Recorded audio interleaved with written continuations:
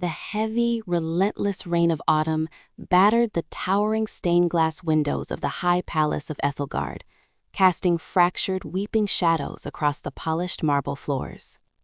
Prince Julian stood alone in the cavernous corridor, his forehead resting against the cold glass, his eyes fixed on the sprawling, miserable city below. From this agonizingly high vantage point, the lower wards were nothing but a sea of gray rooftops, choked by the thick charcoal smoke of 1,000 desperate hearths. He was the heir to the most powerful throne in the continent, yet the golden circlet resting upon his dark, unruly hair felt less like a symbol of divine right and more like a heavy, suffocating shackle of lead. His father, King Oric, ruled with an iron fist and a heart of stone, bleeding the common folk dry to fund endless, vanity-driven wars in the East. Julian had spent his entire life suffocating beneath the weight of his father's cruelty, surrounded by sycophants who whispered silken lies and courtiers who smiled with poison on their lips. He craved truth. He craved something real, even if it was brutal, even if it was painful. It was this desperate starvation for reality that drove him, night after night, to shed his velvet cloaks, don the rough, unassuming wool of a traveling merchant, and slip through the servants' gates into the labyrinthine alleys of the lower city. The air in the lower wards was thick with the scent of wet ash, rotting cabbage, and the sharp, metallic tang of unyielding poverty. Julian walked through the mud-slicked cobblestone streets, his boots sinking into the mire, his heart heavy with the collective sorrow of the people he was destined to rule. He turned down a narrow, soot-stained alleyway, drawn by the rhythmic, deafening clang of steel striking steel. The sound was like a heartbeat, fierce and unyielding, cutting through the miserable silence of the rain. At the end of the alley stood an open-air forge, glowing with a fierce infernal heat that pushed back the damp chill of the night.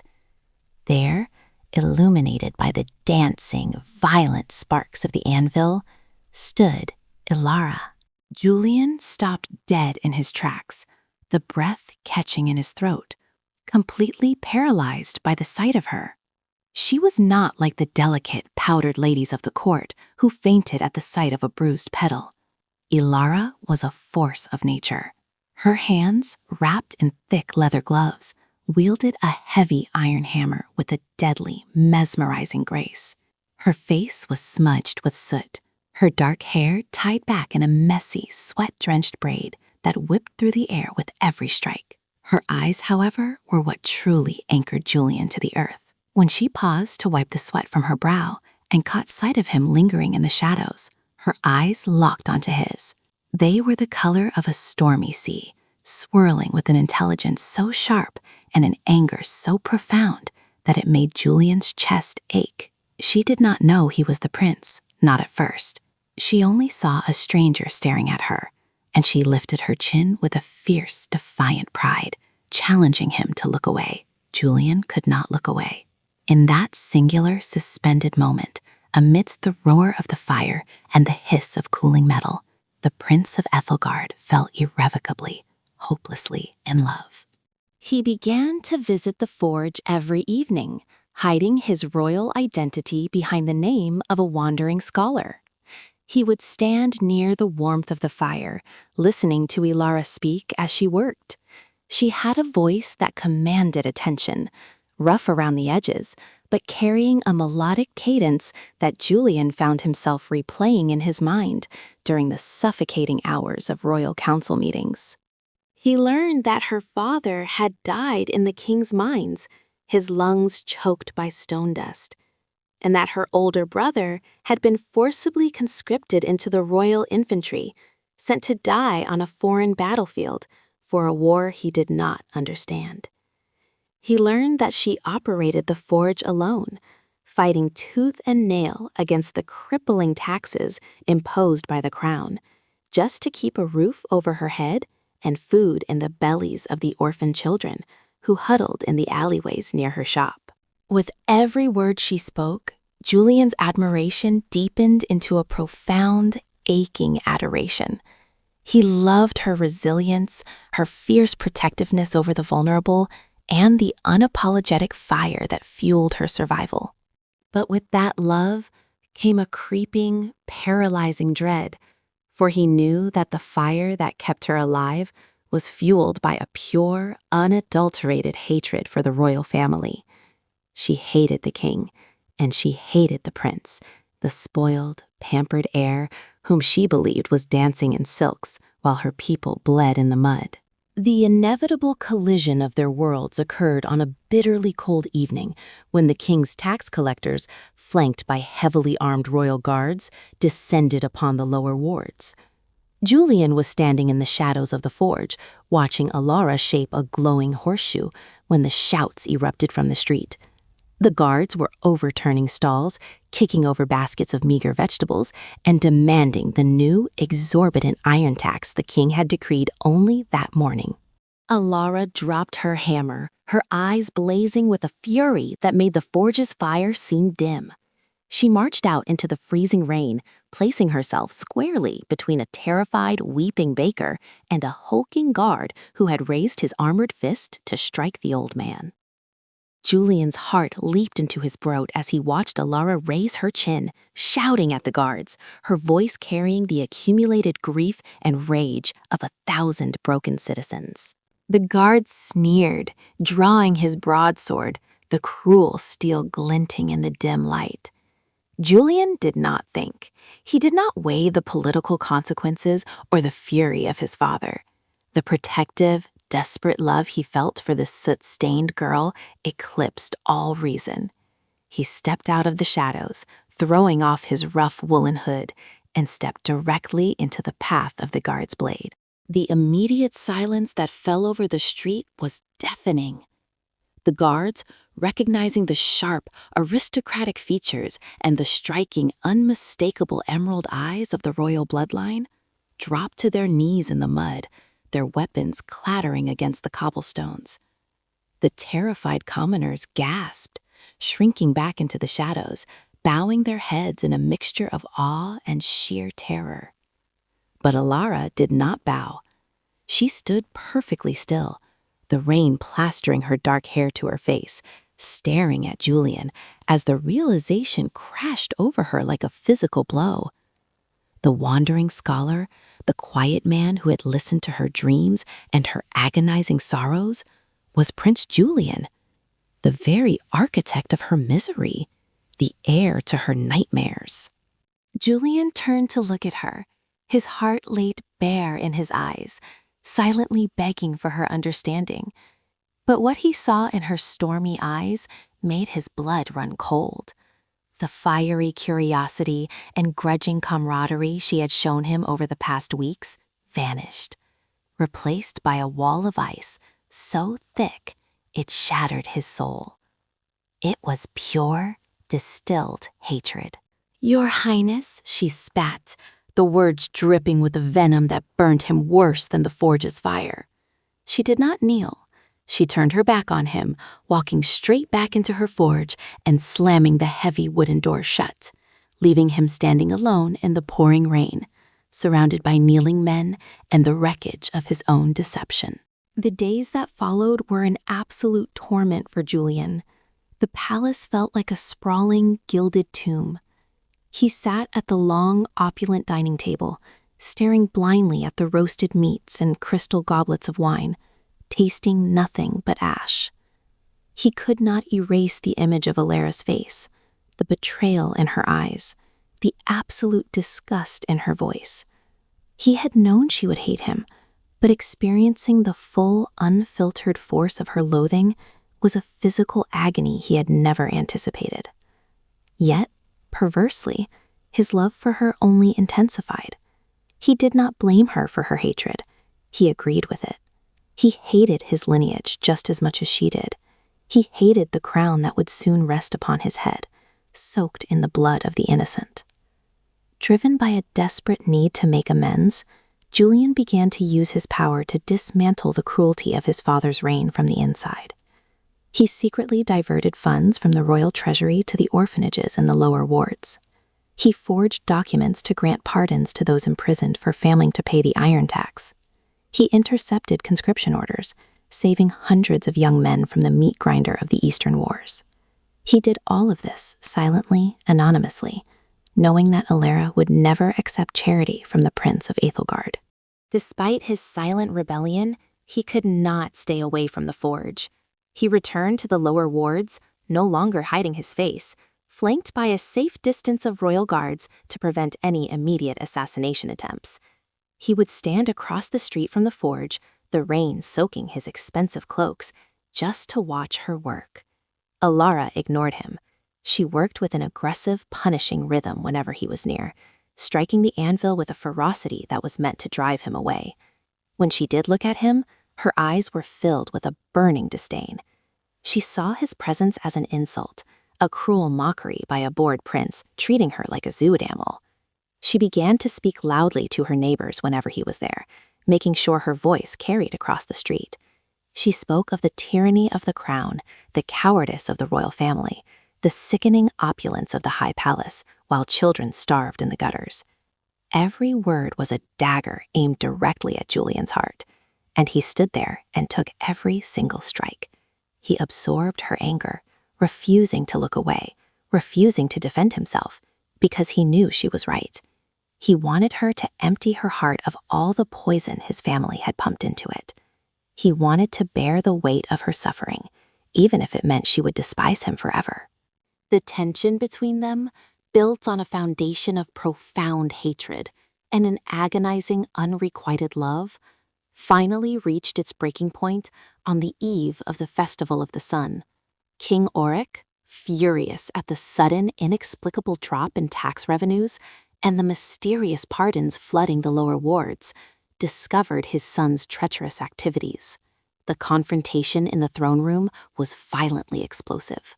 The king, his face purple with rage, struck Julian across the face with the heavy, jewel-encrusted back of his hand, sending the prince crashing to the marble floor. The king ordered Julian to be stripped of his royal insignias, declaring that if he loved the rats of the lower ward so much, he could go and live among them until he learned the true meaning of power. Julian was beaten by his own father's guards, his silk clothes torn, his face bloodied, and was thrown out of the palace gates into the raging, tempestuous storm that had engulfed the city. Julian did not seek shelter in the taverns or the inns. His body battered, his ribs aching with every breath, and blood mixing with the rain on his face, he dragged himself through the muddy streets, his internal compass pointing only in one direction. He walked until he reached the soot-stained alleyway. The forge was dark, the fire banked for the night, but a small candle flickered in the window of the humble living quarters above the shop. Julian stood in the street beneath her window, the cold rain seeping into his very bones, his vision swimming from the pain of his beating. He didn't call out. He didn't have the strength, nor did he feel he had the right to disturb her peace. He simply stood there, finding a strange, profound comfort in just being near her, prepared to collapse in the mud and let the storm take him. The wooden door of the forge creaked open. Alara stood in the doorway, holding a heavy iron lantern, her nightgown covered by a thick, patched woolen shawl. She had heard the uneven, dragging footsteps outside. When she raised the lantern and the yellow light spilled over Julian's battered, bleeding form, she froze. The Prince of Ethelgard, the man she despised above all others, was standing in her alley, stripped of his gold and velvet, looking like a broken, discarded beggar. For a long, agonizing moment, neither of them moved. Julian looked at her through swollen eyes, a sad, pathetic smile touching his bloody lips. He had nothing left to offer her. No power, no protection, no crown.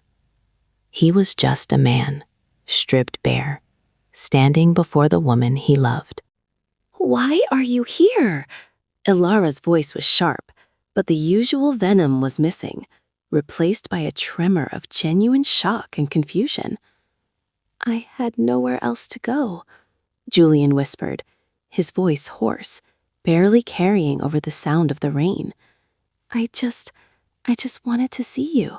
One last time. I'm sorry, Ilara. I am so deeply sorry for everything." He swayed on his feet, his strength finally abandoning him, and his knees buckled. He braced himself for the harsh impact of the cobblestones, but he did not fall. Ilara had dropped her lantern, the glass shattering in the street, and had rushed forward, catching him by the shoulders. Her hands, rough and calloused from the hammer, gripped his soaking clothes with surprising gentleness. Julian gasped in pain, but the warmth of her touch sent a shockwave of electricity through his freezing body. He looked up at her face, inches from his own, and saw the storm in her eyes breaking. The wall of ice, built from years of grief and oppression, was cracking. She saw the bruises, the cuts, the absolute vulnerability of the man who had stood silently and taken her hatred for weeks. She suddenly understood, with a terrifying clarity, what he had done. The rumors of the mysterious pardons, the diverted funds, the sudden leniency in the lower wards, it had all been him, and he had paid the price for it. He had sacrificed his kingdom, his family, and his safety, all for the people she loved, all for her. "You are a fool," she whispered, her voice trembling, tears mingling with the rain on her cheeks. "You are a stupid, reckless fool." "I know," Julian breathed, reaching up with a trembling hand to touch the side of her face, half expecting her to pull away. She didn't. She leaned into his touch, her eyes fluttering shut as a sob tore from her throat. The hatred that had defined her existence for so long was washing away in the rain, leaving behind a terrifying, beautiful blank canvas. She realized that she did not hate the man holding her. She hated the crown he had worn, the crown he had just willingly thrown away. With the strength born of years at the anvil, Ilara hauled Julian to his feet, wrapping his arm over her shoulder. She half carried, half dragged him out of the freezing storm and into the residual warmth of the forge. She laid him down on a pile of thick woolen blankets near the banked fire, quickly throwing fresh logs onto the embers until a warm golden glow filled the room. Julian watched her through half-closed eyes as she fetched a basin of clean water and strips of linen. She knelt beside him, her face a mask of intense concentration, and began to gently wash the blood and mud from his face. Every brush of her fingers against his bruised skin was a profound declaration of a shifting reality. "Why did you do it?" she asked softly, her eyes focused on a deep cut above his brow. "Why did you throw it all away? You could have been king." Julian took a slow, painful breath, his gaze locked onto hers.